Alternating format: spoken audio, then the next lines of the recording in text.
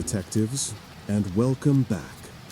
I know you're here to settle in and relax, so if you enjoy these stories, please don't forget to like, comment, and subscribe. I love knowing where our community is. Let me know in the comments where you are listening from and what time it is where you are. Now, let's get comfortable and jump straight into tonight's story. This is the case of a man who reached the very pinnacle of success, a man who flew prime ministers and royalty, a man whose boots were always shined, whose conduct was always impeccable, and whose secrets were darker than the deepest night. The year is 2009. We are at Canadian Forces Base Trenton, the largest and busiest Air Force base in Canada. It is the hub of the country's military aviation, a place of immense strategic importance. And at the helm of this massive operation is Colonel Russell Williams. To understand the shock of what is to come, we must first understand the man as the world saw him. Russell Williams was not just a soldier, he was the golden boy of the Canadian military. Tall, trim, with piercing eyes and an air of calm authority, he looked every inch the leader. He was 46 years old, a decorated pilot who had flown dignitaries, including Queen Elizabeth II and the Prime Minister of Canada. He was known for his obsessive attention to detail, his intense work ethic, and his quiet, polite demeanor. He was married to Mary Elizabeth Harriman, a successful executive at the Heart and Stroke Foundation. Together, they were a power couple. They lived in a beautiful, custom-built home in Ottawa's Westboro neighborhood, filled with light and expensive furniture. They also owned a cozy cottage in Tweed, a small, sleepy community about an hour's drive from the base. To their friends and neighbors, they were the picture of stability and success. Mary Elizabeth often spoke of Russ's kindness, his love for photography, and his dedication to his career. But there is a concept in psychology known as the persona, the social face the individual presents to the world. For most of us, the persona is a slight modification of our true selves. For Russell Williams, the persona was a fortress. Underneath the polished exterior of the colonel, a fracture was beginning to form. It didn't start with violence, it started with voyeurism. In the quiet town of Tweed, neighbors began to notice small, unsettling disturbances. It was 2007. Items in their homes were being moved. Not stolen, just shifted. A remote control placed on a different table. A drawer left slightly ajar. Then the pattern changed. Women's lingerie began to disappear. This is our first psychological seed. Typically, a burglar steals for financial gain, jewelry, electronics, cash. But this intruder ignored the valuables. He was taking items that had no monetary worth, but immense intimate value. He was taking trophies. He wasn't stealing for profit, he was stealing for possession. Between 2007 and 2009, Russell Williams broke into at least 82 homes. 82! He moved like a ghost. He would break in when the owners were away, or sometimes, more terrifyingly, when they were asleep. He would spend hours in their bedrooms. He would try on the lingerie he found, and he would photograph himself. Thousands of photos. The commander of CFB Trenton, standing in the bedrooms of his neighbors, wearing stolen underwear, posing with a calm, almost bored expression. He organized these photos on his computer with the same meticulous precision he applied to his military flight plans. Folder after folder, date, time, location. A digital library of his secret life. The risk was enormous. If he had been caught, his career would have been over instantly. But the risk was part of the addiction. In psychology, we call this the escalation. The high from the break-ins was beginning to fade. The thrill of entering a silent house wasn't enough anymore. He needed more control. He needed an audience. The fracture was about to shatter completely. The transition from burglary to violence is a terrifying leap. For Williams, it happened in September 2009. The fantasy of the silent observer was no longer satisfying. He needed interaction.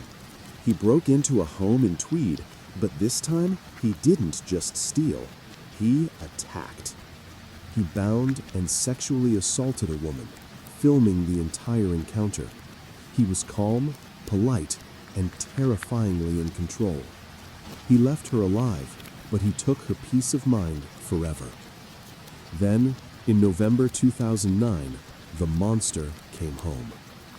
Corporal Marie-France Comeau was a 37-year-old flight attendant with the military. She was stationed at CFB Trenton under Colonel Williams' command. She was bright, capable, and loved by her colleagues.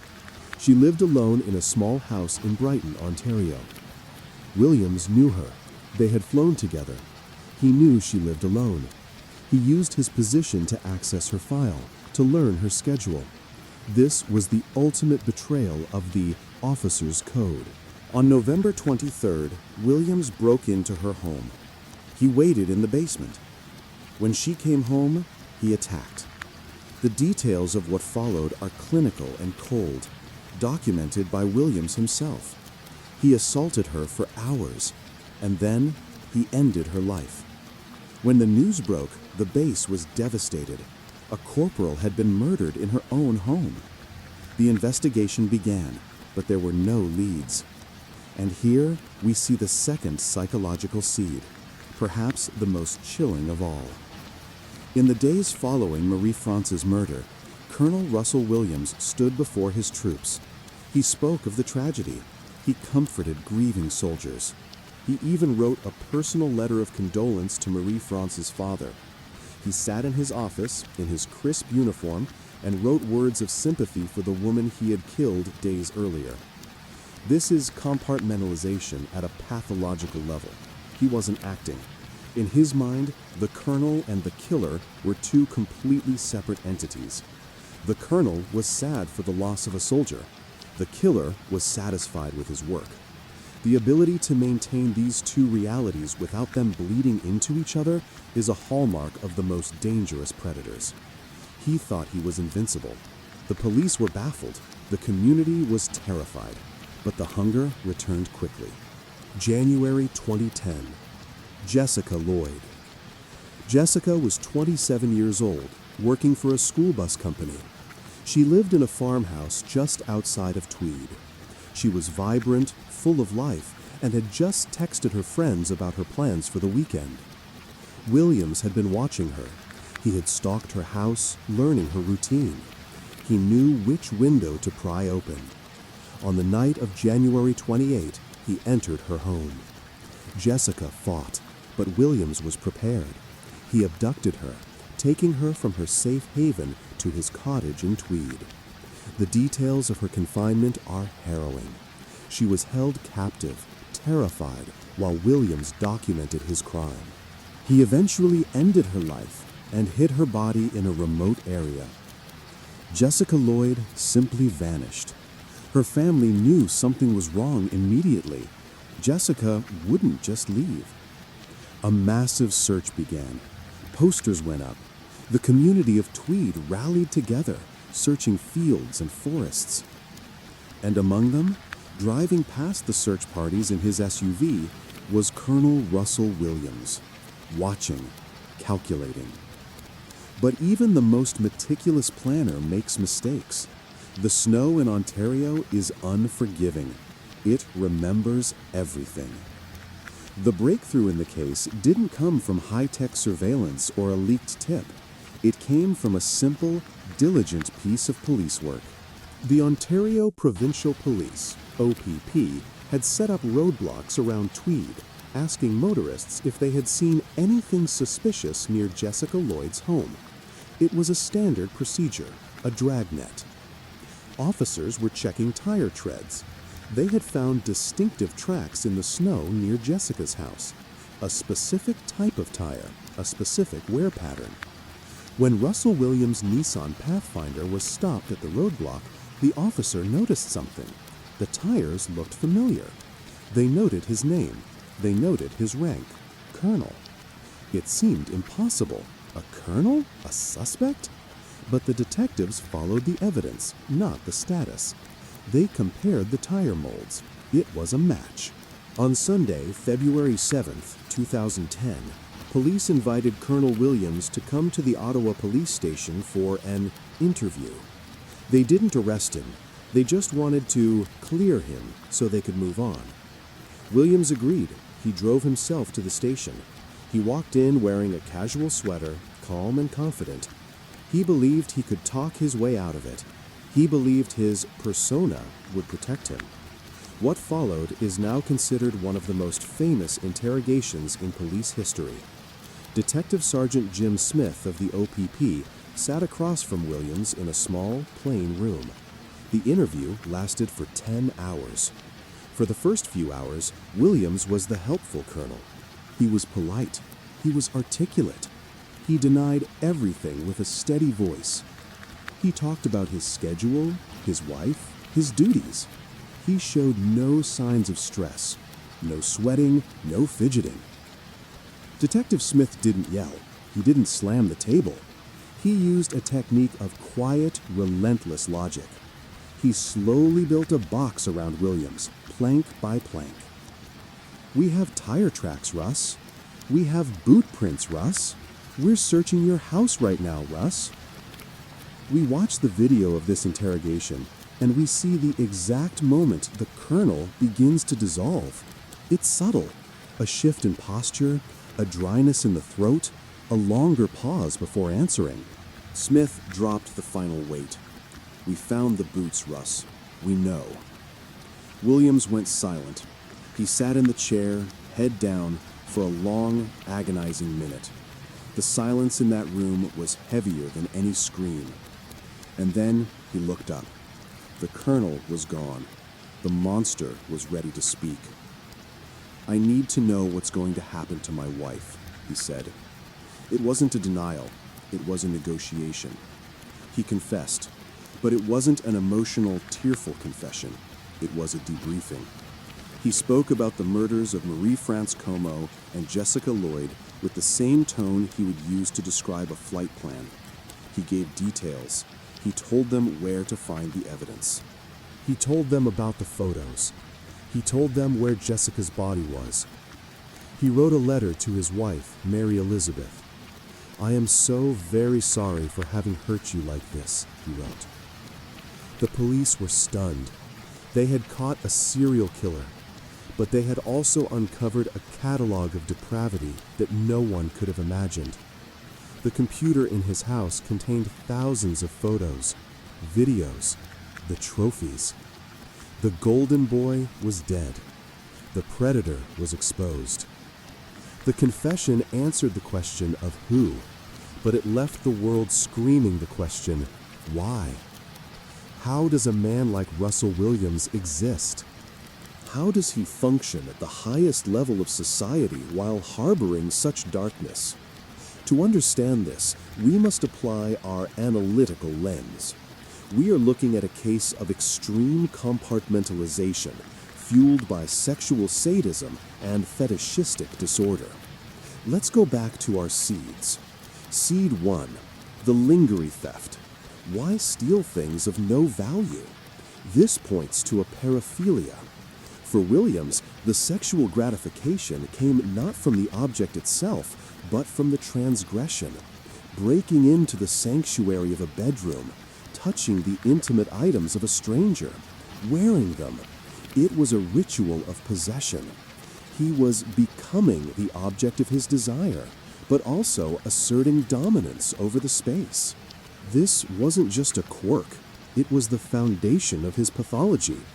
He needed to cross boundaries to feel alive. Seed 2, the letter of condolence. This is the most terrifying aspect of his psyche. Most criminals feel guilt, or at least fear of detection. Williams felt nothing. Or rather, he felt entitled. Psychologists suggest that Williams exhibits traits of narcissistic personality disorder. The narcissist believes they are special, above the rules. The Colonel persona wasn't just a mask, it was a role he played perfectly because he believed he was superior. The ability to write that letter to Marie France's father shows a total lack of emotional empathy. He had cognitive empathy. He knew what he should do, write a letter. He knew how to act sad. But he didn't feel the horror. To him, Marie France was an object he had used, and the letter was just paperwork he had to finish. Seed 3. The control. Throughout the interrogation, and even during the crimes, Williams was obsessed with control. He made his victims call him Sir. He treated the assaults like military operations. This suggests that his high-ranking career and his crimes were fed by the same drive, the need for absolute power. In the military, he had power over planes and personnel. In the bedrooms of Tweed, he had power over life and death. The escalation happened because the professional power wasn't enough. He needed a more visceral, primitive form of dominance. And finally, we must look at the B-plot, the wife, Mary Elizabeth Harriman. For years, the public asked, how could she not know? He was out all night. He had weird trophies. How did she miss it? The answer lies in the manipulation of the predator. Williams was a master of creating a normal world. He was attentive. He was successful. If he was out late, he was working at the base. Who questions the commander of the country's largest airbase when he says he has a late shift? Mary Elizabeth was not an accomplice. She was his first and most successful deception. The tragedy of the spouse is that they are in love with a mirror.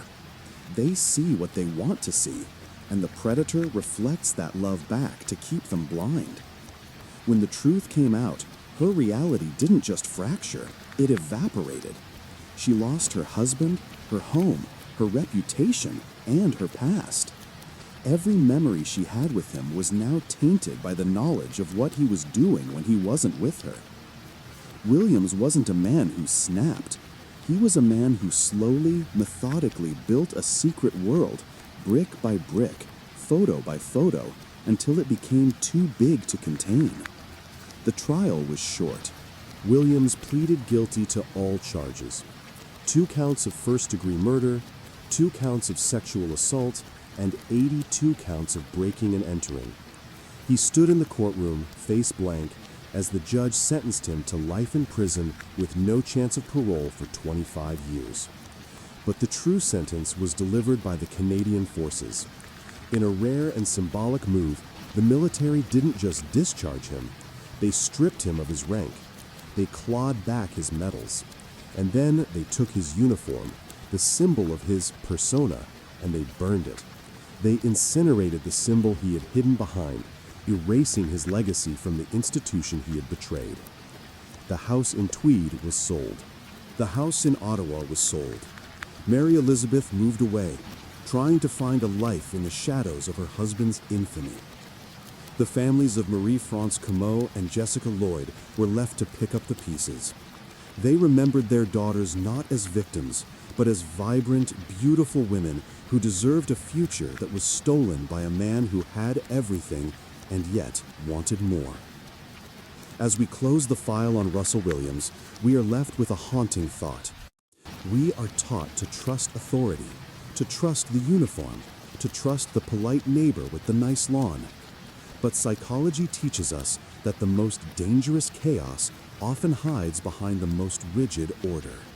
Russell Williams was a man of perfect discipline, and it was that very discipline that allowed him to manage a monster for so long.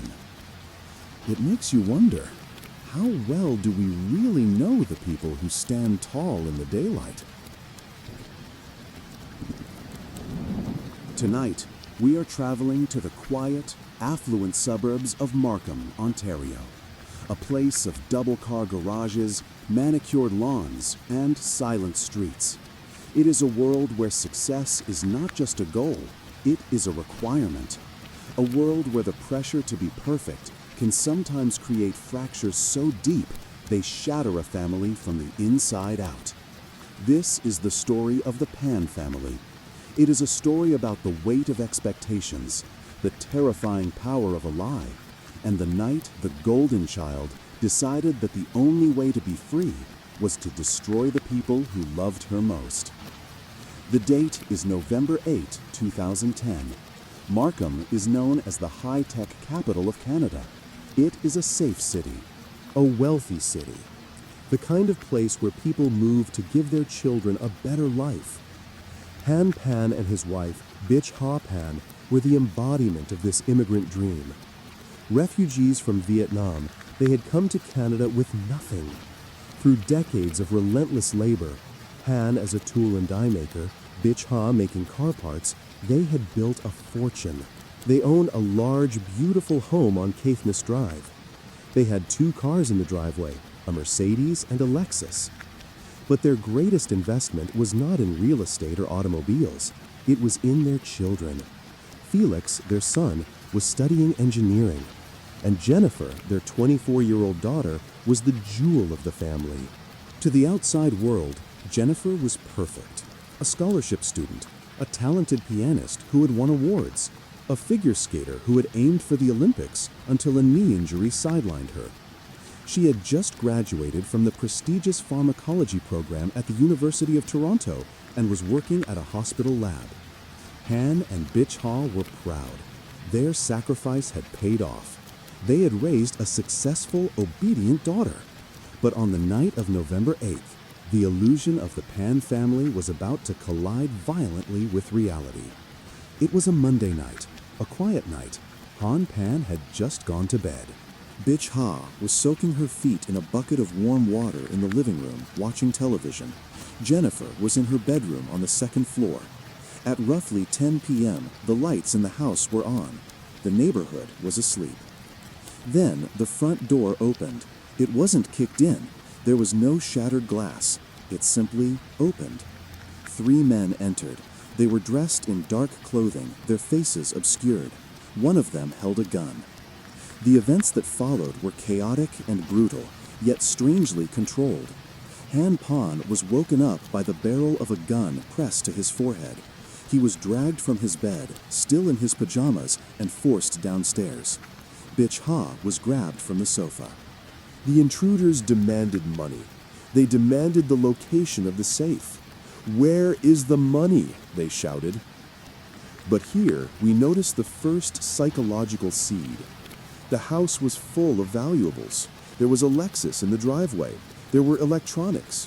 Yet the intruders seemed strangely focused. They weren't ransacking the house in a frenzy.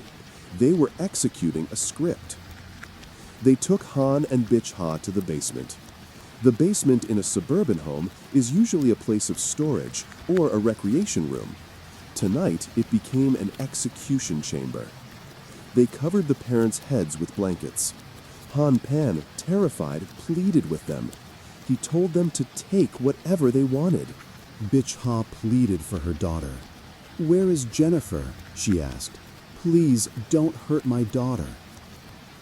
Upstairs, Jennifer was not being dragged. She was being led. According to her later statements, the men tied her hands behind her back with a shoelace. They tied her to the banister on the top floor. She told police she was terrified. She told them she heard the voices downstairs. And then she heard the sounds that would end the Pan family as it once existed. Pop, pop, pop. 3 shots rang out in the basement. Then the sound of footsteps running, the front door opening and closing, and then silence. The silence of the house on Caithness Drive was broken by a voice. Jennifer Pan, miraculously unharmed, managed to reach for her cell phone, which was tucked in her waistband. She called 911. This call is one of the most analyzed pieces of audio in Canadian criminal history. "Help me, please! I need help!" she screamed. "They shot my parents! I'm tied upstairs!" The operator tried to calm her down. "Are they breathing?" "I don't know! I can't get down! My hands are tied!" To the untrained ear, it sounds like pure panic. It sounds like a daughter living through a nightmare. But to the detectives, who would later listen to it hundreds of times, there was something performative, a dissonance. Why did the intruders leave her alive? Why did they tie her up so loosely that she could reach a phone? Why kill the parents but leave the witness who could identify them? The police arrived within minutes. They stormed the house, guns drawn. They found Jennifer tied to the banister. They cut her loose. They rushed to the basement. They found Bitch Ha Pan, the mother who had worked double shifts to pay for piano lessons. She had been struck 3 times. Her life had been taken instantly. They found Han Pan next to her. There was blood everywhere. He had been struck in the face and shoulder. He lay motionless. The officers assumed this was a double homicide, a tragedy. But as they checked for vitals, something impossible happened. Han Pan groaned. He was alive. The bullet had entered his face, shattered his cheekbone, but missed the brain. He was in a coma, but he was alive. And this single miraculous fact that the father survived was the loose thread that would unravel the entire tapestry of lies. The immediate aftermath of a violent crime is a blur of blue lights and yellow tape. For the York Regional Police, the scene at 238 Caithness Drive was confusing from the start. This was a safe neighborhood. Home invasions here were rare. Home invasions that ended in execution-style violence were non-existent. The forensic beat. Let's look at the scene through the eyes of the investigators. There was no sign of forced entry. The front door lock was intact. This suggests 2 possibilities. Either the intruders picked the lock with professional skill, or the door was left unlocked. In a house like the Pans, where security was a priority, leaving the front door unlocked at 10 p.m. was an anomaly. Inside, the house was not tossed. Usually, in a robbery, drawers are pulled out, mattresses are flipped. The goal is speed and volume. Here, the intruders passed by expensive items. Han Pan's wallet was found on the nightstand, untouched. There was $60 in it. If this was a robbery, it was a very bad one. The survivor's narrative. Jennifer Pan was taken to the hospital for a checkup, then to the police station for an interview. She was treated as a victim, a survivor. Detective Bill Goetz sat down with her. He was gentle. He offered her water and tissues. Jennifer told her story. She said 3 men broke in. She said they tied her up. She said they demanded money. She said she heard her mother beg for her life. But even in this first interview, psychological seeds began to sprout. Jennifer's demeanor fluctuated. She sobbed uncontrollably one minute, then became calm and articulate the next. She described the intruders in detail. One had dreadlocks. One had a Jamaican accent.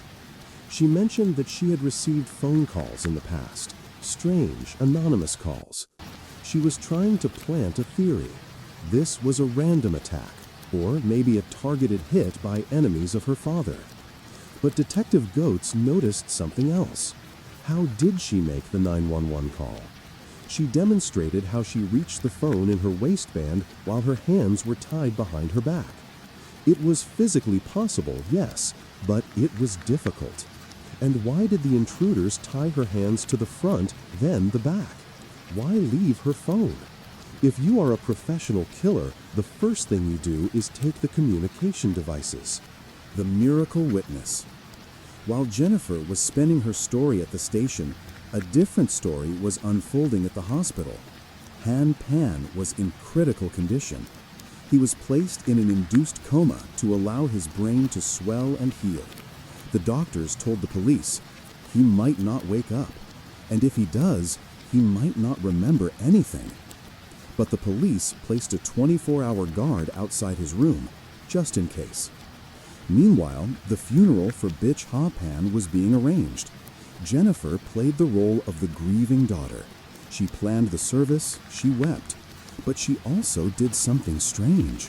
3 days after the murder, she asked her brother, Felix, if she could stay with a friend. Not just any friend. She wanted to stay with Daniel Wong, the boyfriend. Police looked into Daniel Wong.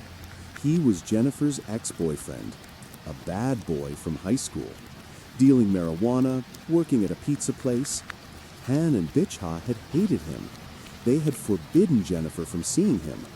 So why, in the moment of her deepest grief, did she run to him? The detectives began to dig into Jennifer's background. They expected to find a stellar academic record, a pharmacology degree, a job at Sick Kids Hospital. They contacted the University of Toronto to verify her graduation date. The registrar checked the computer. Jennifer Pan, the registrar said? We have no record of a graduate by that name. She attended for one semester in 2004, and then she dropped out. The detectives stared at the phone. Dropped out? Yes. She failed her classes and was withdrawn. The golden child didn't exist. Jennifer Pan was not a pharmacist. She was not a university graduate. She was not a scholarship student. For 6 years, she had been leaving the house every morning with a backpack full of textbooks and going nowhere. She had forged report cards. She had forged a diploma. She had lied about her job. She had lied about her volunteer work. Every single aspect of her life was a fabrication. And now her parents were dead or dying, and the only thing that stood between her and the exposure of her lies was the tragedy itself. Then, on November 12th, 4 days after the shooting, Han Pan opened his eyes. He couldn't speak because of the breathing tube, but he could write. Detective Goetz went to his bedside. "Mr. Pan," he said gently, "do you remember what happened?" Han Pan nodded. "Did you see who came into your house?" Han Pan nodded again. His eyes filled with tears. He wrote on a piece of paper. He didn't describe a stranger. He described his daughter. He wrote that as he was being led down the stairs, he looked up. He saw Jennifer. She wasn't tied up. She was walking freely, and she was whispering to one of the men, like a friend. The whodunit was over. The whydunit had begun. On November 22nd, 2010, Jennifer Pan was asked to come back to the police station. The detectives didn't arrest her, not yet. They invited her for another interview to clarify some details. This is a classic psychological tactic. If you arrest a suspect, they put up their guard. If you invite them in as a victim, they keep talking. The interrogation of Jennifer Pan is a masterclass in the Reed technique adapted for a psychological siege. Detective Goetz, the good cop, sat across from her. For hours, he let her talk. He let her repeat her lies. He let her talk about the intruders. He let her talk about how much she missed her mother. Then, slowly, he began to introduce the brick walls.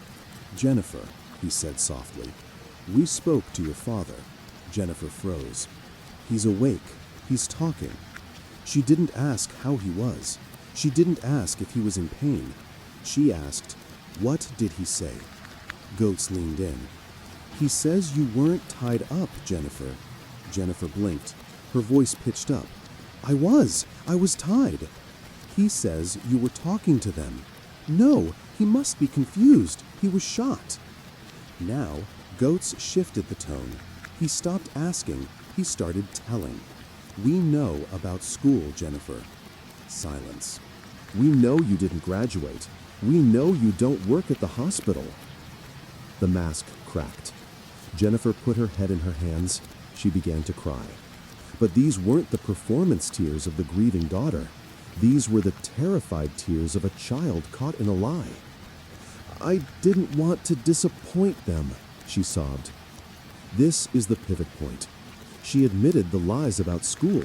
She admitted she had been deceiving them for years. But she still denied the murder. Goetz pressed harder. He offered her an out, a psychological bridge to a confession. This is crucial. He didn't say, "You are a cold-blooded killer." He said, "I think you just wanted it to stop. I think you were pushed too far. I think maybe you didn't want them dead. Maybe you just wanted the pressure to end." He gave her a narrative that made her look like a victim of circumstance rather than a monster, and she took it. "I didn't want them to die," she whispered. "Then what happened?" Goetz asked. "I hired them," she said. But then she twisted the truth one last time. Even in confession, she tried to maintain control. "I hired them to kill me," she claimed. It was a end her own life by hire. She said she was depressed. She said she paid the men to come into the house and shoot her because she couldn't do it herself. But something went wrong, she claimed. They committed the act against her parents instead. It was a ridiculous lie. Why would hitmen paid to kill her tie her up and shoot the parents? But it was the final piece of the puzzle. She had admitted to hiring the men. Detective Goetz stood up. The gentle companion was gone. "Jennifer Pan," he said, "you are under arrest for first-degree homicide." The golden child was in handcuffs. The arrest of Jennifer Pan answered the legal question, but it left a psychological void that terrified every parent and every child who watched the news. How does a golden child, a pianist, a figure skater, a straight-A student become a matricidal offender?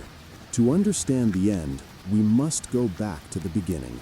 We must peel back the layers of the double life that Jennifer Pan constructed for over a decade. Han and Bichha Pan were not evil people. They were survivors. They had escaped a war-torn country to build a life in Canada. Their love language was sacrifice. They worked endless hours so their children wouldn't have to. But in exchange for that sacrifice, they demanded one thing: success. Not just happiness or stability, but measurable, elite success. For the Pans, grades were not just numbers, they were the currency of family honor. Jennifer was a bright child, but she wasn't a genius. In elementary school, she did well, but by grade 8, the cracks began to show. She was winning trophies for figure skating, staying up late for piano practice, and trying to maintain an A average. The pressure was immense. Psychologists call this conditional regard. The child learns that they are lovable only if they perform. If they fail, they are not just disappointing, they are worthless. In grade 9, Jennifer received a report card. She had a B in math. To most families, a B is acceptable. To the Pons, it was a disaster. Jennifer knew that showing this grade would lead to lecturing, shaming, and a tightening of control. So she made a choice. She borrowed a friend's old report card. She used whiteout, she used a photocopier, she turned the B into an A. When she showed it to her parents, they smiled. The tension in the house vanished. She was safe. This was the operant conditioning moment.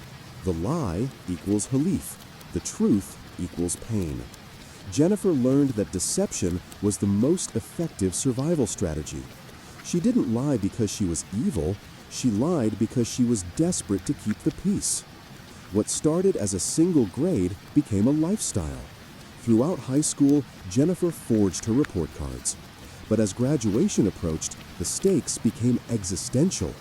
She applied to Ryerson University. She was accepted.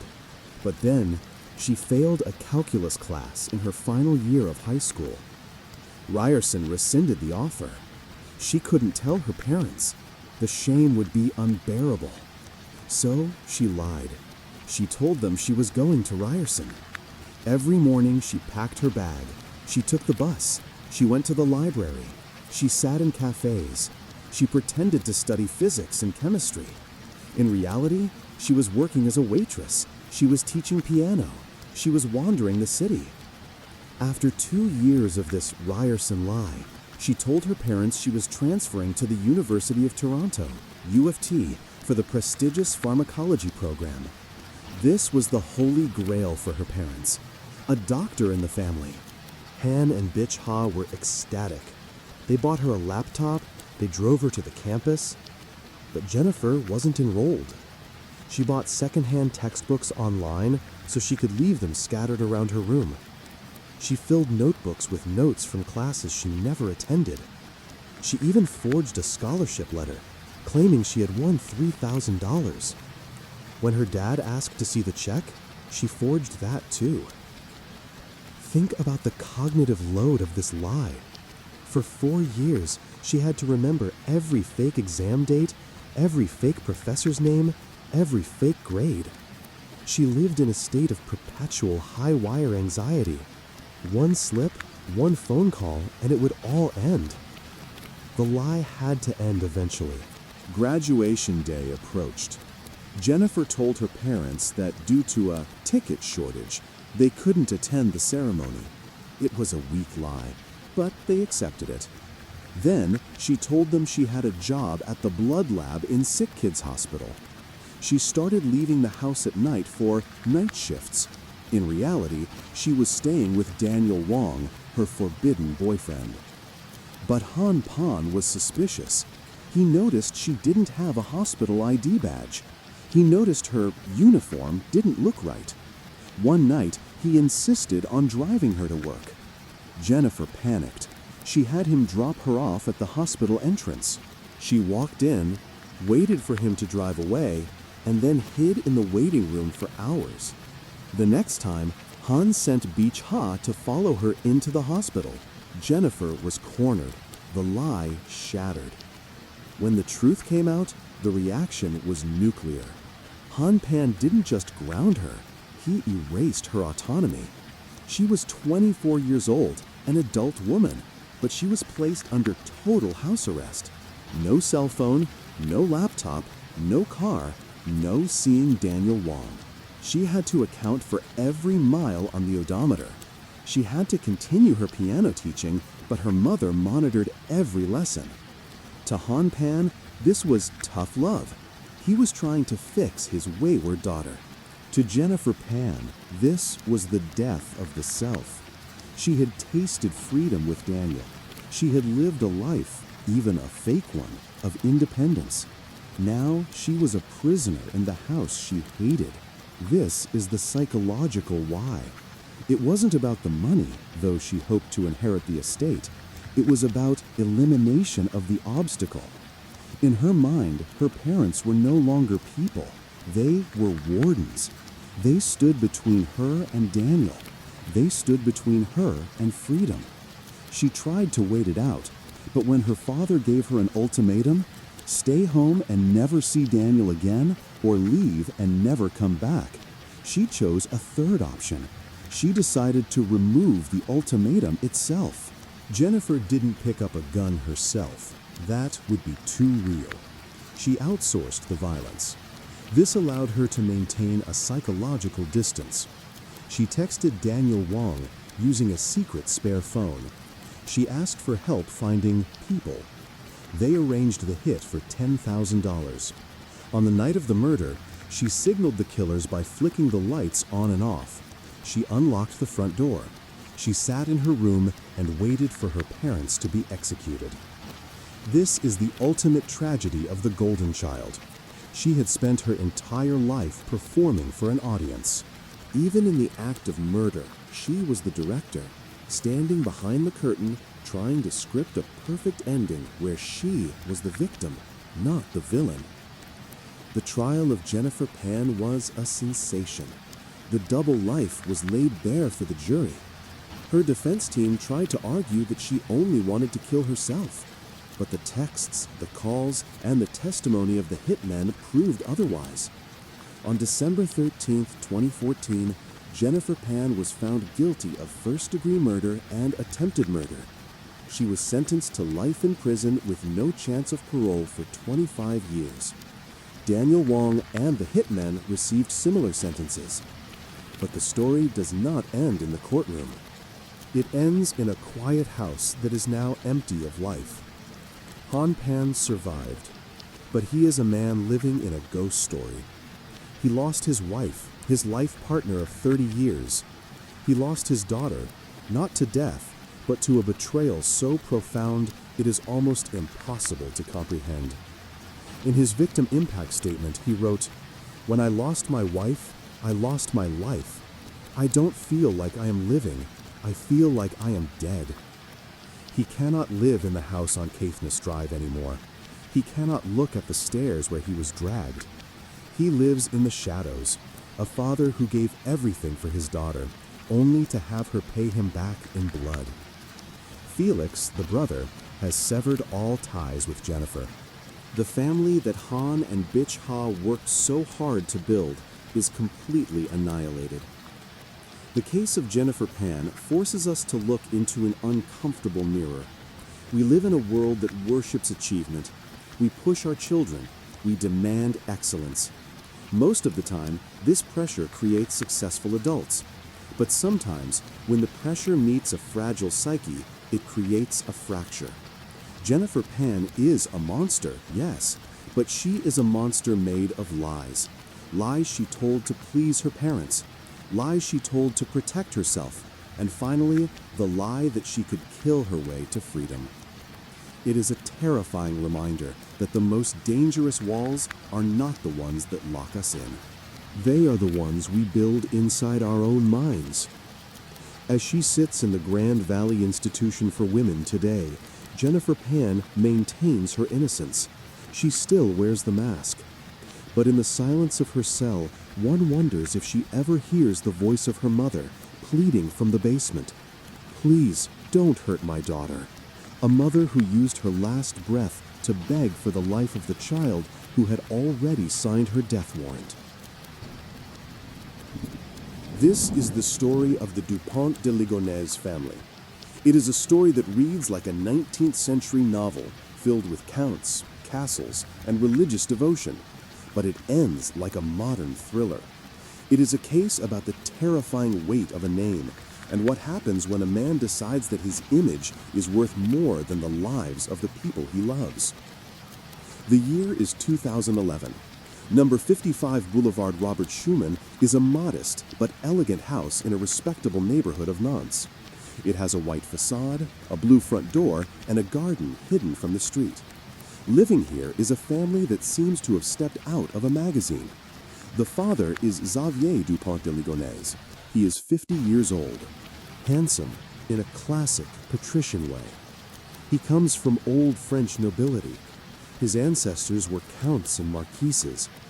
Though the title carries no legal weight in modern France, Xavier wears his heritage like a suit of armor. He is a businessman, always full of new ventures and ideas. His wife is Agnès, 48 years old, a woman of deep Catholic faith, gentle and devoted to her children. She works as a teaching assistant and is the spiritual anchor of the family. And then there are the children, 4 of them. Arthur, 20, a student studying IT. Thomas, 18, a passionate musician studying musicology. Anne, 16, the only daughter, a diligent high school student and a model for catalogs. Benoit, 13, the baby of the family, popular at school and an altar server at the local church. And we cannot forget the dogs, 2 Labradors, Jules and Leon. To the neighbors, they are the perfect Catholic family. They attend Sunday Mass, the children are polite, there is no shouting, no scandal. But behind the shutters of 55 Boulevard Robert Schumann, the air is thin. Xavier is under immense pressure. The family fortune is a myth. His business ventures are failing. He is borrowing money from mistresses and friends to keep up appearances. The noble name is becoming a cage. The fracture in this case does not begin with a scream. It begins with a silence. In early April 2011, the house goes quiet. The shutters are closed. A sign appears on the mailbox, "Return to sender." Then the letters arrive. This is our first psychological seed, the narrative control. Xavier sends letters to everyone, Arthur's school, Agnes's employer, the children's friends. The stories are consistent but strange. He tells the schools that the family is moving to Australia for a sudden job transfer. He tells Agnes's employer that she has been hospitalized. But to his closest friends and extended family, he sends a different letter. A letter that is so bizarre, it defies belief. It is typed, it is long, and it is signed by Xavier. In this letter, he claims that he has been working as a secret agent for the United States Drug Enforcement Administration, DEA. He says the family is being entered into a witness protection program. He writes, "We are leaving for the USA. We cannot tell you where. We cannot contact you for several years. The house must be emptied. Do not look for us." The recipients of this letter are stunned. Xavier? A spy? It sounds like a delusion or a joke. But the house is empty. The phone lines are dead. The bank accounts are closed. For weeks, the police, alerted by worried relatives, visit the house. They find nothing. The beds are stripped. The closets are empty. The house has been cleaned with obsessive, clinical precision. It looks like they really did just leave. But one detective has a nagging feeling. On April 21st, police return to the house for the 6th time. They go to the garden, specifically to the terrace in the back. It is a simple wooden deck, but the detective notices something. The dirt under the terrace looks disturbed. They begin to dig. They don't find a secret tunnel to the US. They find a leg, and then another, wrapped in sheets, covered in lime. Buried with religious medals. The witness protection program was a lie. The family had never left Nantes. They had been there the whole time. The excavation of the terrace at 55 Boulevard Robert Schumann is one of the most harrowing scenes in French criminal history. It wasn't a chaotic dump, it was a tomb, constructed with love and madness. One by one, the bodies were raised. Agnes, Arthur, Thomas, Anne, Benoit, and the 2 dogs, Jules and Leon. They were wrapped in duvets. Their heads were carefully encased in plastic bags to contain the fluids. Xavier had poured quicklime over them to accelerate decomposition and mask the smell. But here is the detail that breaks the heart. He buried them with their favorite religious icons: a small candle, a statue of the Virgin Mary, a rosary. Even in murder, he was performing the role of the paterfamilias, the head of the family, shepherding them to the next life. The autopsies revealed the cause of death. This was not a crime of passion. There was no struggle, no defensive wounds. Each victim had been shot in the head, twice, with a .22 long rifle. The toxicology reports showed they had been drugged first, sleeping pills. They went to sleep in their beds, and they never woke up. Now we must rewind. We must look at the seeds Xavier planted long before the bodies were found. This brings us to psychological seed number 1, the silencer. The .22 rifle belonged to Xavier's father. Xavier had inherited it months earlier. But a .22 is loud enough to wake a house. In the months leading up to April, Xavier began a strange shopping spree. He bought a silencer. He bought bullets. He bought cement. He bought quicklime. He bought a spade. He didn't buy these in a panic. He bought them over weeks, visiting different stores to avoid suspicion. And during this time, he was still having dinner with Agnes. He was still watching movies with his kids. Imagine the psychology required to sit across from your son, asking him about his music class, while knowing you have a silencer hidden in the garage that you will use to end his life. This is compartmentalization at its most extreme. The murders didn't happen all at once. The timeline suggests a staggered execution. April 3rd, Xavier takes Agnes, Arthur, Anne, and Benoit to dinner. It is their last supper. April 4th, the neighbors hear the dogs barking wildly in the night, then silence. It is believed that Agnes, Anne, and Benoit were killed first. April 5th, Arthur, the eldest son, wasn't home. He was a student. Xavier waited for him. When Arthur came home, likely expecting dinner, he was executed. April 6th, Thomas, the other son, was at college in Angers. Xavier paid for his train ticket home. He lured him back. Thomas came home to a silent house. He ate dinner with his father, the only two left alive. And then Thomas joined the others under the terrace.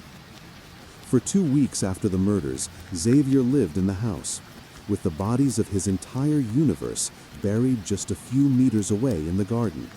He cleaned, he scrubbed the floors, he answered emails, he closed the accounts, he created the USA legend. And then, on April 11th, he packed his bag. He took his father's rifle, he took the car, and he walked out the blue door for the last time. Usually, a family annihilator commits suicide immediately at the scene. The shame is too great. But Xavier Dupont de Ligonnès did not. He went on a road trip. This journey is the most baffling part of the case. It serves as the bridge between the what, the crime, and the void, his disappearance. He drove south, toward the Mediterranean. He stayed in luxury hotels. He ordered expensive wines. He was captured on CCTV cameras. And here is Psychological Seed 3, the digital ghost. In the footage, he does not look like a man on the run. He looks calm. He looks relieved. He wears a suit. He carries a bag. He even waves at a security camera in one instance, or looks directly at it. Is this arrogance? Or is it a man who believes he has successfully reset his reality? He visited old haunts, places he had lived as a young man. He stopped in the town of Roquebrune-sur-Argence in the Var region. On April 15, 2011, he checked out of the Formula One hotel. He was wearing a windbreaker and carrying a backpack. In the backpack, police believe, was the .22 rifle. He walked into the parking lot. He walked toward the dense, rocky terrain of the local wilderness. He walked out of the frame of the CCTV camera. And he was never seen again. The police launched a massive manhunt. They scoured the cliffs of Roquebrune. They searched the caves. They used dogs, helicopters, and drones. They expected to find a body, a suicide. They found nothing. No gun, no clothes, no bones. Did he kill himself in a place so remote that he has never been found? Or did he keep walking? Did he meet someone? Remember the letter, "I am a secret agent." Was the road trip a final goodbye before suicide? Or was it a trail of breadcrumbs to confuse the police while he escaped to another life? Over the years, people have reported seeing him in Italy, in Thailand, in Chicago. In 2015, a journalist received a photo of Arthur and Benoit, his sons. On the back, handwritten, "I am still alive." Signed, Xavier. Was it a cruel prank or a message from the ghost? The mystery of Xavier Dupont de Ligonnès is not just where is he, it is who was he? Was he a monster, a spy, a victim of his own delusions? To answer that, we must open the dossier of his mind.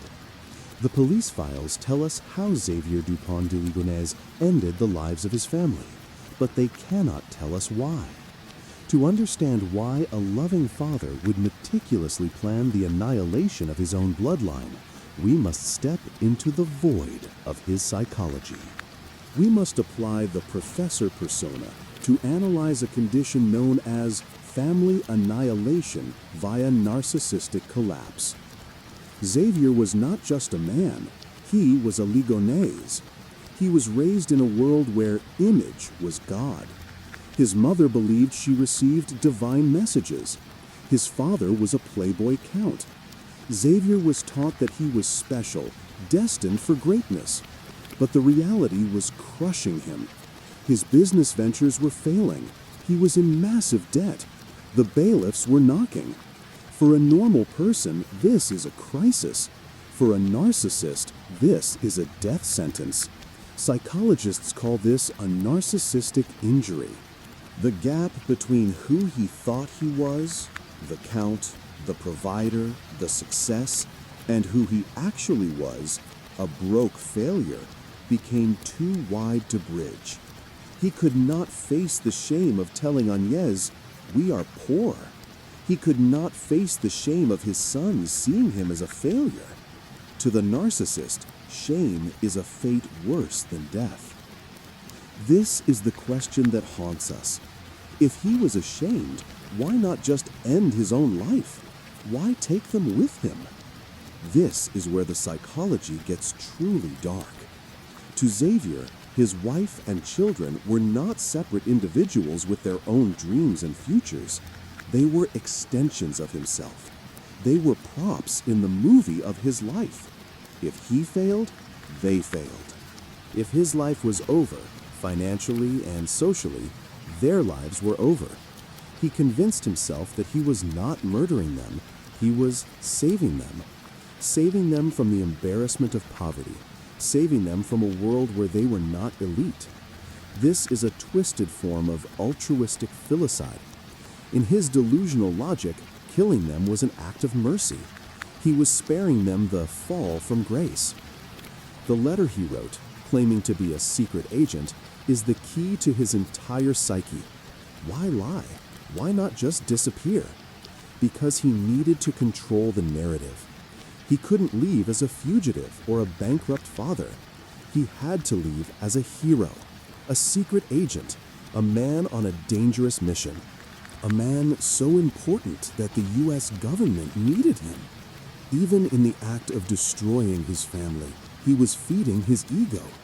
He created a fantasy world where he was powerful, mysterious, and elite, the exact opposite of his crumbling reality. We must look at the silencer seed again. This proves that this was not a psychotic break in the traditional sense. He didn't snap, he planned. This suggests psychopathy traits mixed with his narcissism. He had the ability to disconnect his emotions from his actions. He could look at his son Thomas, a boy who loved music and had his whole life ahead of him, and see him not as a person, but as a problem to be solved. He managed the logistics of death, the lime, the cement, the bullets, with the same mundane efficiency as planning a grocery trip. Finally, we must address the mystery of his survival. Many family annihilators take their own lives immediately after the act, like John List, who planned to, or others who do. But Xavier walked away. Why? Perhaps his narcissism was so strong that he couldn't bring himself to destroy the masterpiece, himself. He viewed himself as the survivor. He had saved his family by sending them to heaven, in his mind, and now he was free to start a new life, unburdened by the weight of his failures. He shed his family like a snake sheds its skin. More than a decade has passed since Xavier Dupont de Ligonnès walked into the mountains of Roquebrune-sur-Orge. Every year, there are sightings: a man on a terrace in Rome, a monk in a monastery in Scotland, a tourist in Chicago. The police chase every lead, but they always turn up empty. The house at 55 Boulevard Robert Schumann has been sold. New people live there. They have painted the door. They have planted new flowers in the garden where the terrace used to be. Life, as it always does, has grown over the scars. But for the friends of Arthur, Thomas, Anne, and Benoit, time has not healed everything. They remember the empty desks at school. They remember the music that Thomas will never play. They remember Agnes, a woman of faith who trusted her husband implicitly. That is the true horror of this case. The danger didn't come from a stranger in a dark alley. It came from the man who sat at the head of the table, the man who drove them to school, the man who kissed them goodnight. The case of The Count of Shadows leaves us with a chilling realization about the masks we wear. Xavier Dupont de Ligonnès spent his life building a fortress of image. He wanted to be seen as noble, successful, perfect. But a fortress can easily become a prison. And when the walls of his prison began to crack, he decided to bring the roof down on everyone inside, rather than step out into the sunlight of truth. It makes you wonder, how well do we really know the people we look up to? And what happens when the image becomes more important than the soul? Tonight, we are traveling to the quiet, affluent town of Delmar, New York. It is a place of colonial-style homes, manicured lawns, and the kind of silence that usually signifies safety. It is November of 2004. The leaves have fallen, and the air is turning sharp and cold. This is a story that challenges our understanding of the human body and the human will. It is a case that medical experts still study today. It involves a sun, a yellow Jeep, and a morning routine that defied the laws of biology. Peter Porco was 52 years old. He was a man defined by his gentleness and his routine. He worked as the primary court clerk for Anthony Cardona, the presiding justice of the State Appellate Division. In the chaotic world of the court system, Peter was the anchor. He was the man who knew every file, every procedure, and every birthday. He was small in stature, but enormous in presence. He was the kind of man who would stop to help a stranger change a tire in the rain.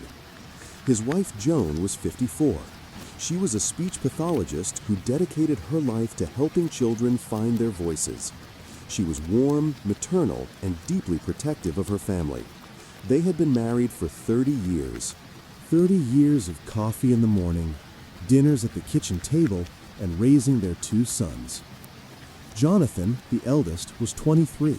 He was an officer in the Navy serving on a nuclear submarine in South Carolina. He was the disciplined one, the one who followed the rules. And then there was Christopher, the younger son, 21 years old. He was a student at the University of Rochester, located about 3 hours west of Delmar. Christopher was the golden boy, tall, handsome, charming. He had an easy smile that could disarm anyone. He was studying economics and photography. To the neighbors, he was the polite young man who waved as he drove by in his distinctive, bright yellow Jeep Wrangler with its oversized tires. But beneath the cream siding of 36 Broccoli Drive, there were fault lines. For months, a quiet war had been waging between Christopher and his parents. It was a war fought not with shouting, but with emails and bank statements. Christopher was failing his classes. He had told his parents he was on the dean's list. He had forged transcripts to prove it. He was spending money he did not have on clothes, electronics, and that yellow Jeep. He had taken out loans in his father's name, forging Peter's signature with a terrifying precision. 2 weeks before that cold November night, Peter Porco had discovered the depth of the betrayal. He had confronted his son. He told him that the money was cut off. He told him that if he did not fix the fraud, he would have to involve the authorities. It was the ultimate ultimatum. On the night of Sunday, November 14th, the house was quiet. Peter and Joan went to bed in the master bedroom on the 2nd floor. The world outside was asleep. The burglar alarm, which they usually set religiously, was deactivated. The timeline is hazy on this detail. Perhaps they forgot, or perhaps someone who knew the master code had already disarmed it. They drifted into sleep, unaware that a yellow Jeep was currently speeding down the New York State Thruway, cutting through the darkness like a predator. The fracture happened in the silence of the night, but the discovery began with the routine of the morning. Monday, November 15th, 8:30 in the morning. At the courthouse in Albany, Justice Cardona was waiting. Peter Porco was never late.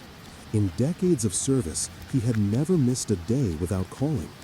8:45 passed, then 9 o'clock. The silence from Peter's desk was deafening. The justice called the house. No answer. He called Peter's cell phone. It went to voicemail. Concerned, he sent a court officer named Michael Hart to the house on Broccoli Drive to check on him. Officer Hart pulled into the driveway. The house looked normal. The morning sun was hitting the black shutters. But then he noticed something odd. The front door key was still in the lock. It was hanging there as if someone had unlocked the door and simply forgotten to take it out. Hart walked up the steps. He knocked. No answer. He turned the key and pushed the door open. The air inside was warm. The heating system was humming. But then there was a smell, a metallic copper tang that hits the back of the throat. Hart stepped into the foyer, and there at the bottom of the stairs, he saw him. Peter Porco was lying face down. He was shirtless. His body was pale. The injuries to his head were catastrophic. It looked, in the words of one responder, as if he had been attacked by a wild animal. Officer Hart recoiled. He called for backup immediately. Within minutes, the quiet street was filled with the screaming sirens of the Bethlehem Police Department. Paramedics rushed in. They confirmed that Peter Porco was deceased. But as they moved up the stairs to clear the house, they found something even more shocking. In the master bedroom, amidst a scene of absolute devastation, Joan Porco was still alive. She had suffered injuries almost identical to her husband. Her skull had been fractured multiple times with a heavy, sharp object. She had lost her left eye. Her face was severely disfigured, but she was breathing. It was a ragged, shallow breath, but it was life. They rushed her to Albany Medical Center. The trauma surgeons were waiting. They gave her a less than 5% chance of survival. Back at the house, the forensics team began their work, and this is where the case shifts from a brutal murder into a medical mystery that haunts experts to this day. They began to track the blood evidence. They expected to find a trail leading from the bedroom directly to the spot where Peter died. They assumed he had been attacked upstairs, stumbled down, and collapsed. But the blood trail did not tell a story of a fall. It told a story of a routine. The luminol and the visual evidence revealed a path that made no sense. The trail showed that after being attacked in his bed, sustaining injuries that destroyed a significant portion of his neocortex, Peter Porco had stood up. He had walked into the bathroom. The sink showed traces of blood mixed with water and toothpaste. He had looked in the mirror. He had attempted to shave. He had then walked out of the bedroom and down the stairs. He walked into the kitchen. He opened the dishwasher. Forensics found blood on the handle of the clean dishes. He had begun to unload them. He had taken a bag lunch from the refrigerator. He had sat at the kitchen table. There on the table was a check to cover a bill for Christopher. Peter had signed it. The signature was shaky, trailing off the line, but it was there. He had then walked to the front door to get the newspaper. He opened the door and stepped out into the cold November air. But the newspaper had not been delivered yet. He realized he had locked himself out. The door had closed behind him. He did not panic. He did not scream for help. He found the spare key hidden in a flower pot. He unlocked the door. He walked back inside. He hung the key in the lock. And only then, after completing his morning ritual, did his body finally give out. We must pause here to process this. This is the USP of this case, the automaton state. How is this biologically possible? How can a man with massive frontal lobe trauma perform complex tasks like loading a dishwasher or writing a check? We consult the work of forensic neuropathologists. The human brain is divided into hierarchies. The neocortex, the outer layer, is responsible for executive function. It handles logic, planning, self-awareness, and the processing of pain. This is the part of Peter that made him Peter. This part was effectively destroyed by the axe. But deep inside the brain lies the basal ganglia, the reptilian brain. This is the seat of habit. It stores our procedural memory. Think about when you drive to work and you arrive without remembering the turns you took. That is your basal ganglia driving the car. In Peter Porco's case, the trauma was so severe that his conscious self, the part that would feel terror, the part that would scream, was gone. But the machinery of his habits was still firing. The neural pathways for morning routine were so deeply etched over 30 years that they ran on autopilot. He did not know he was dying. He did not know his wife was lying battered upstairs. He only knew that it was Monday, and on Mondays, he empties the dishwasher. It is a heartbreaking image. A father, in his final moments, trying to maintain order in a world that had been violently shattered. It speaks to the profound depth of his dedication to his family and his life. Even in death, he was trying to take care of them. While the forensics team was trying to comprehend the scene downstairs, a different kind of drama was unfolding at the hospital. Detective Christopher Bodish stood by Joan Porco's bedside. She was in a coma, emerging only for seconds at a time. She could not speak. Her jaw was wired shut. Her brain was swelling. But Bodish needed a lead. He needed to know who had done this. There was no sign of forced entry at the house. The alarm had been deactivated with the master code. This was an inside job. Bodish leaned in close. "Joan," he said, "do you know who did this to you?" Joan's hand twitched. She squeezed his fingers. Was it a stranger? Joan shook her head, a slight movement side to side. No. Was it Jonathan? Joan shook her head again. No. Bodish took a breath. He asked the question that hung in the air. Was it Christopher? Joan Porco stopped moving. Then, slowly, distinctly, she nodded her head, up and down. Yes. She did it again. Yes. It was a dying declaration, the mother identifying her son as the monster. Police immediately issued an all-points bulletin for Christopher Porco and his yellow Jeep Wrangler. The hunt was on. While the doctors fought to save Joan Porco's life, investigators turned their eyes to the New York State Thruway. They were looking for a specific vehicle, a bright yellow Jeep Wrangler with large tires. It was Christopher Porco's car. It was distinctive. It was loud. It was the kind of car you noticed. Christopher claimed he was asleep in the lounge of his dormitory at the University of Rochester, 3 hours away. He said he had gone to sleep early and woken up early to go for a jog. But the electronic toll booths told a different story. At 10:30 in the evening on November 14th, a yellow Jeep entered the Thruway in Rochester. It was heading east toward Albany. At 2 o'clock in the morning, the same Jeep exited the highway in Albany, just 10 miles from the Porco home. At 8:30 in the morning, the Jeep re-entered the highway in Albany, heading back to Rochester. The timeline was tight. It was precise. It left a window of exactly 6 hours. Enough time to drive home, disable the alarm, commit the act, stage the scene, and drive back. Detectives rushed to the University of Rochester. They found Christopher in his dorm room. He looked calm. He was not covered in blood. He did not look like a man who had just driven 6 hours through the night to destroy his family. He looked like a student getting ready for class. When detectives told him that his parents had been attacked, his reaction was noted as strange. He did not scream.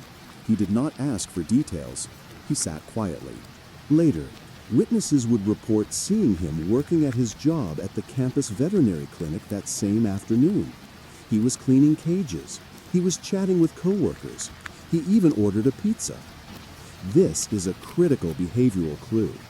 The ability to return to the mundane immediately after the horrific is a hallmark of the psychopathic personality. Back in Del Mar, neighbors began to come forward. One neighbor reported seeing a yellow Jeep in the Porco driveway at 4 o'clock in the morning. Another reported seeing it speed away before dawn. The physical net was tightening, but the psychological motive was still blurry. Why would a popular, well-liked student do this? Detectives opened Christopher's financial records, and the Golden Boy image shattered. They found a web of deception that had been spun for years. Christopher was failing almost all his classes. He had forged his transcripts to show straight A's. He had told his parents he needed money for tuition, but he was spending it on clothes, electronics, and the Jeep. He had forged his father's signature on loan documents, He had opened lines of credit in his father's name. 2 weeks before the attack, Peter Porco had discovered everything. He sent Christopher an email. It was the email of a heartbroken but firm father. He wrote, "I want to know what you are going to do to restore your credit and mine. If you do not fix this, I will have to go to the authorities." This email was the catalyst. To a normal person, this is a shameful family crisis.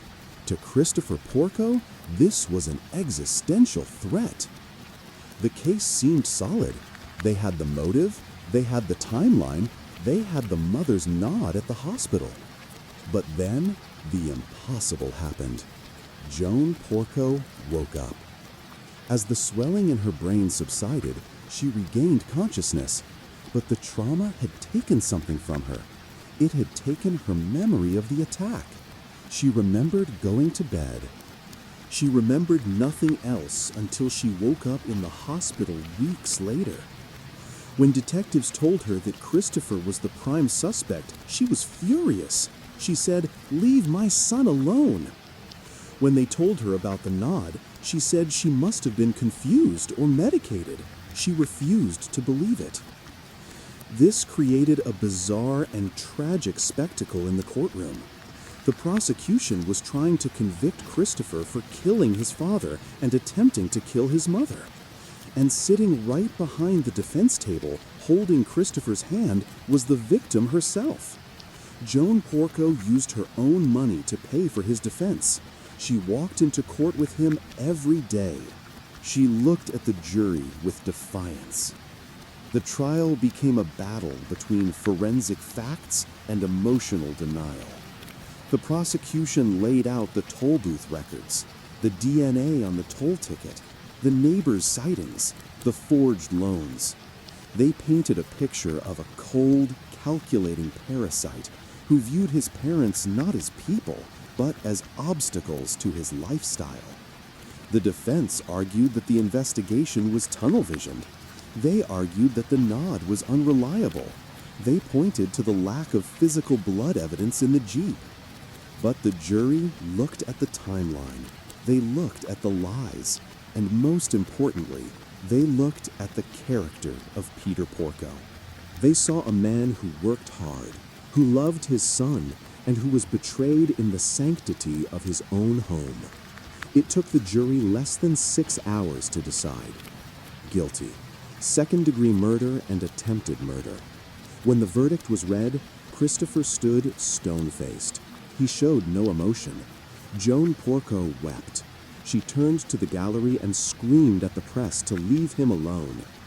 Now we arrive at the core of our investigation, the question of why. How does a son do this? We must apply the lens of the malignant narcissist. Christopher Porco lived a life of total fabrication. Psychologists call this the false self. He was not just lying about grades. He was constructing a reality where he was rich, successful, and elite. He needed the yellow Jeep to maintain this image. He needed the expensive clothes. His parents were merely the financiers of this stage play. But Peter Porco threatens to pull the plug. When Peter threatens to expose the fraud, he was doing something dangerous to a narcissist. He was threatening narcissistic injury. If Peter went to the school or the bank, Christopher's false self would die. Everyone would know he was a failure and a fraud. In the mind of the narcissist, the preservation of the image is more important than human life. Christopher did not kill his father out of a sudden fit of rage. He killed him to silence the truth. It was an act of erasure. If the parents are gone, the secret is safe. And the life insurance pays out. The Jeep stays. The fantasy continues.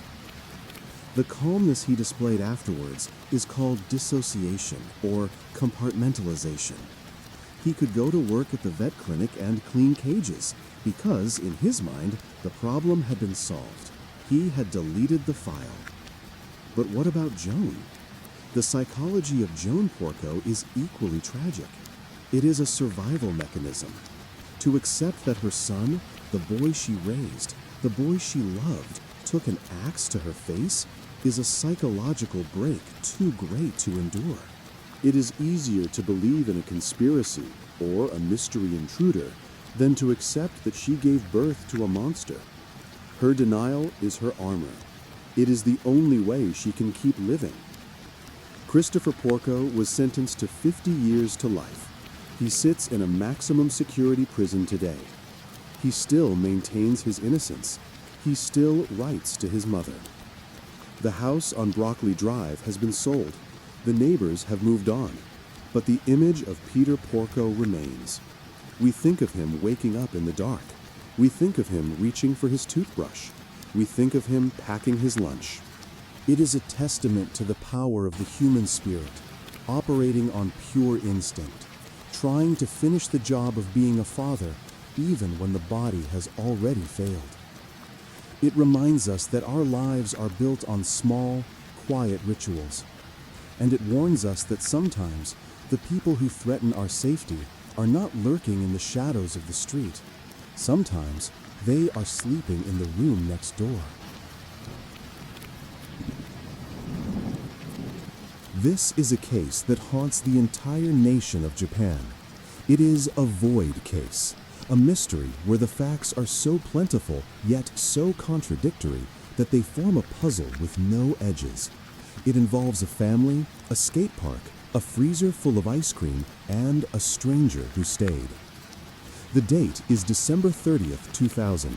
It is the eve of Omisoka, New Year's Eve, the most important holiday in the Japanese calendar. Families are cleaning their homes, preparing soba noodles, and gathering together to welcome the 21st century. In the Kamisoshigaya district of Setagaya, a quiet residential ward in western Tokyo, the Miyazawa family is preparing for the holiday. Let us introduce them.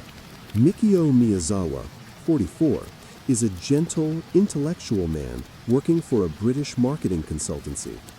His wife, Yasuko, 41, is a dedicated teacher who runs a juku, a cram school, from their home.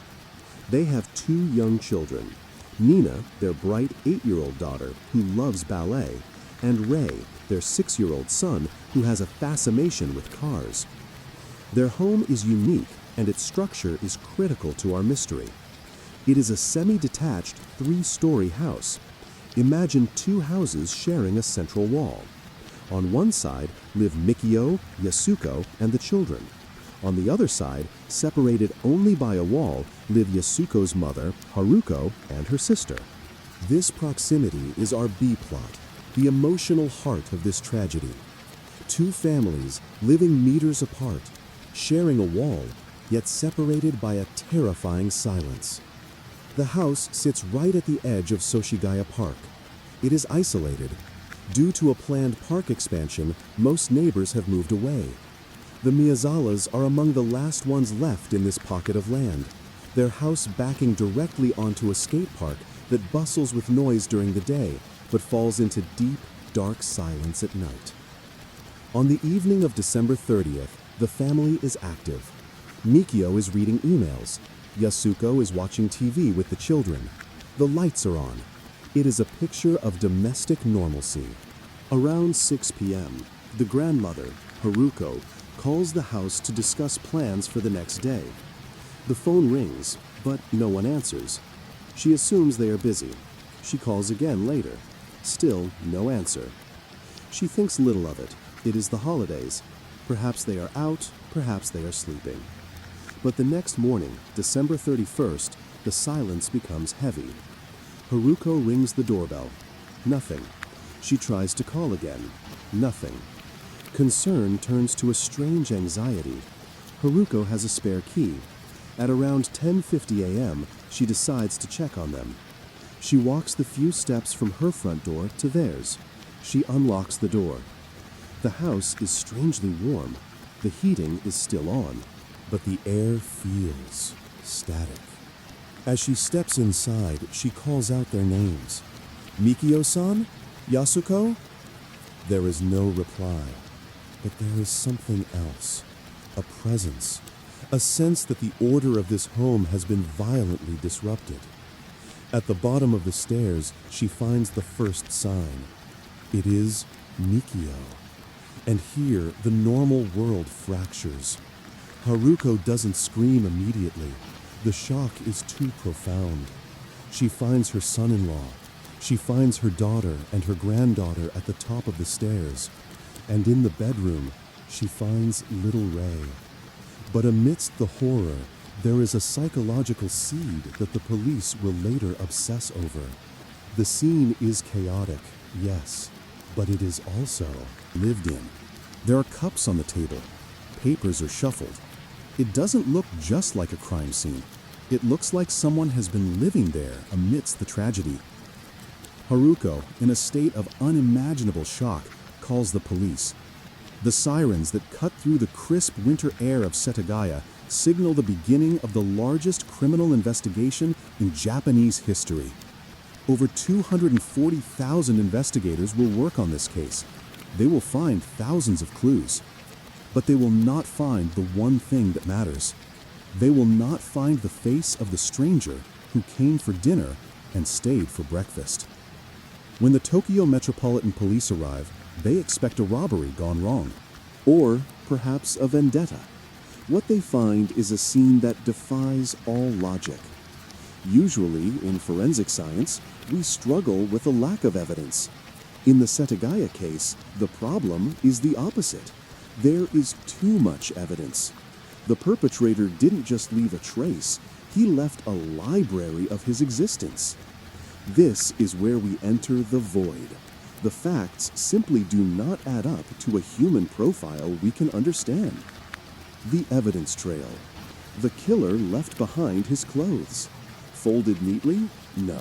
Discarded casually.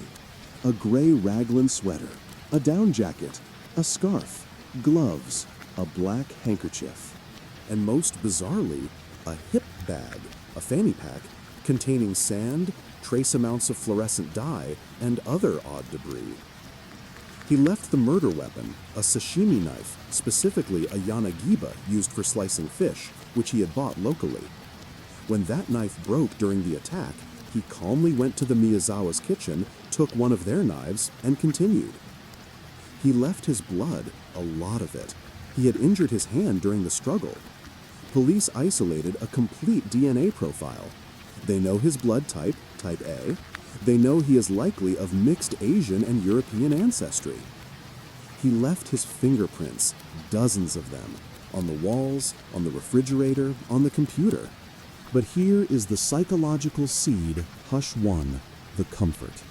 Most killers flee. The fight or flight response kicks in. Adrenaline crashes. Panic sets in. But this individual stayed. Forensic analysis of the stomach contents and the computer logs reveals a chillingly slow. The family was likely killed around 11:30 p.m. on December 30th, but the killer didn't leave. He went to the kitchen. He opened the freezer. He found cups of melon-flavored ice cream. He ate 4 of them, but he didn't use a spoon. He squeezed the cups, pushing the ice cream into his mouth, a method police called the power grip. He went to the refrigerator. He took out a bottle of barley tea. He drank it. He browsed the family's personal documents. He sorted through their drawers. And then, most terrifyingly, he used the computer. Psychological seed #2. At 1:18 a.m., hours after the family was gone, the computer in the study was accessed. The killer browsed the internet. Was he looking for news of the murder? Was he looking for escape routes? No. He visited the website of the Shiki Theater Company. He looked at ticket prices for a play. He spent 5 minutes and 18 seconds browsing. Then, silence. At 10 a.m. the next morning, almost 10 hours after the crime, the computer was accessed again. He visited the Yasuko's Juku, cram school website. He looked at her work, and then he pulled the plug. Think about the proximity. Haruko, the mother, was right next door. She could have walked in at any moment. The sun was up, the neighborhood was waking up for New Year's Eve, and this stranger was sitting in the dead family's chair, surfing the web, completely unbothered by the bodies around him or the risk of capture. Why? Why leave so much? Why stay so long? He changed his clothes. He took off his bloody sweater and put on a shirt belonging to Mikio. He left his own clothes in a pile. It was as if he was shedding his identity and trying on a new one. And then he vanished. He likely walked out the front door or climbed out the bathroom window, disappearing into the crowds of holiday shoppers, an invisible man in a stolen shirt. With so much evidence, you would think the police would have a suspect within days. But the evidence led everywhere, and therefore it led nowhere. Let us deconstruct the three main theories that investigators have wrestled with for over 2 decades. Theory 1. The skater, the drifter. The house was next to a skate park. Witnesses reported that Mikio had confronted noisy skaters a few days prior. The evidence. The killer's clothes were skater style, loose sweater, hip bag. The power grip on the ice cream cups is common among athletes or laborers. The brick wall. The clothes were mass-produced. Thousands were sold. And the DNA didn't match any known criminals or local youths. A skater might get into a fight, but would a skater massacre a family and then eat ice cream for hours? The psychology doesn't fit the impulsive youth profile. Theory 2. The professional, the hitman. The evidence. The method of killing was efficient. The Yanagiba knife requires skill to wield. The killer moved silently. The brick wall. Professionals don't leave their blood. They don't leave their clothes. They don't eat ice cream. They don't browse theater tickets. The messiness of the aftermath contradicts the precision of the act. Theory 3. The military traveler, the outsider. This is the most intriguing theory. Inside the killer's hip bag, forensic geologists found traces of sand, but not just any sand. It was sand from the Mojave Desert in Nevada, USA, specifically sand found near Edwards Air Force Base. Trace amounts of this sand were also found at the skate park nearby. Was the killer a U.S. airman, a traveler who had just come from California? The DNA analysis suggested a mixed lineage, possibly a mother of European descent and a father of Asian descent. This theory explains why he hasn't been found in the Japanese database. If he was a foreigner who left the country immediately after, or went back to a base, he is a ghost. But even this theory hits a wall. Why target this specific family? Nothing of great value was taken. Some money was stolen, but other cash was left in plain sight. This wasn't a robbery. This leads us to the only place left to look: the mind. Welcome to the void. To understand the Setagaya killer, we must stop looking for a criminal motive like money or revenge and start looking at a psychological state. Applying our professor persona, we analyze the behavior through the lens of disorganized versus organized dichotomy, but with a twist. This killer exhibits a rare and terrifying hybrid, the comfort-oriented offender. 1. The psychology of the stay. Why did he stay for 10 hours? Psychologists suggest that for this individual, the act of killing was not just about ending life. It was about occupying space. He didn't just want to kill the Miyazawas, he wanted to replace them. By eating their food, wearing their clothes, using their computer, and even using their toilet without flushing, an act of territorial dominance or animalistic claiming, he was role-playing a life he didn't have. He was trying on the domestic bliss of the Miyazawas. This suggests a deep pathological envy, not of their money, but of their normality. 2. The flat affect, the ice cream. The eating of the ice cream is the key. It requires a physiological state of calm. You cannot eat if your sympathetic nervous system, fight or flight, is activated. Your stomach shuts down. The fact that he ate 4 cups suggests his adrenaline had returned to baseline almost immediately after the violence. This points to psychopathy or distinct schizoid traits. He is detached from the emotional reality of what he has done. The bodies are just objects. The house is just a shelter. The ice cream is just calories. 3. The digital ghost, the theater tickets. Why look at theater tickets? This is the most haunting detail. It implies a future. He had just slaughtered a family, yet he was planning his entertainment for the weekend. This is narcissistic invincibility. He believed he would get away with it. He didn't see himself as a fugitive. He saw himself as a man who had just finished a task and was now relaxing. Or it represents a dissociative break. In his mind, the violence hadn't happened. He was just a guy browsing the web, killing time. 4.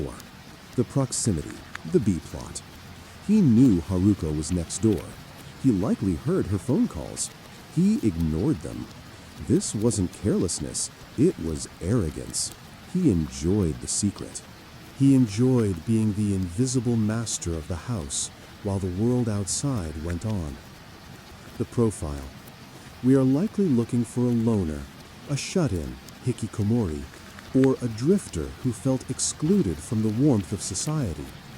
The New Year's holiday, a time of family gathering, may have been the stressor that triggered his rage against a happy family.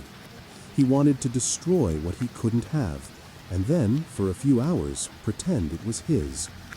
For over 20 years, the house in Setagaya stood frozen in time. The police kept it exactly as it was. The cups on the table, the calendars on the wall. Haruko, the grandmother, lived next door to the crime scene for years. Every day, she woke up and saw the house where her family ended. She tended to the garden, fighting the encroaching weeds, fighting the fading memory of the world. Recently, there has been talk of demolishing the house to expand the park. The physical structure may disappear, but the void it created will not. The Setagaya case terrifies us not because of the violence, but because of the intimacy. We like to think that if a monster enters our home, we will know, we will fight, and if the worst happens, the monster will flee into the night. But this monster didn't flee. He made himself at home. He sat in the chair. He ate the food. He watched the sunrise. It forces us to ask a question we don't want to answer. When we lock our doors at night, are we locking the danger out? Or are we simply closing our eyes to the fact that, for some, our safe haven is just a stage waiting for an actor?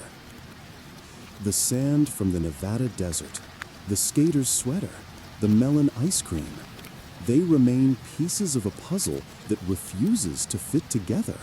And so, with the final, whispered confession of a broken narcissist, our first anthology on the psychological turning point comes to a close. The files are now closed. The analysis is complete. The why has been explored. And now the world outside fades away.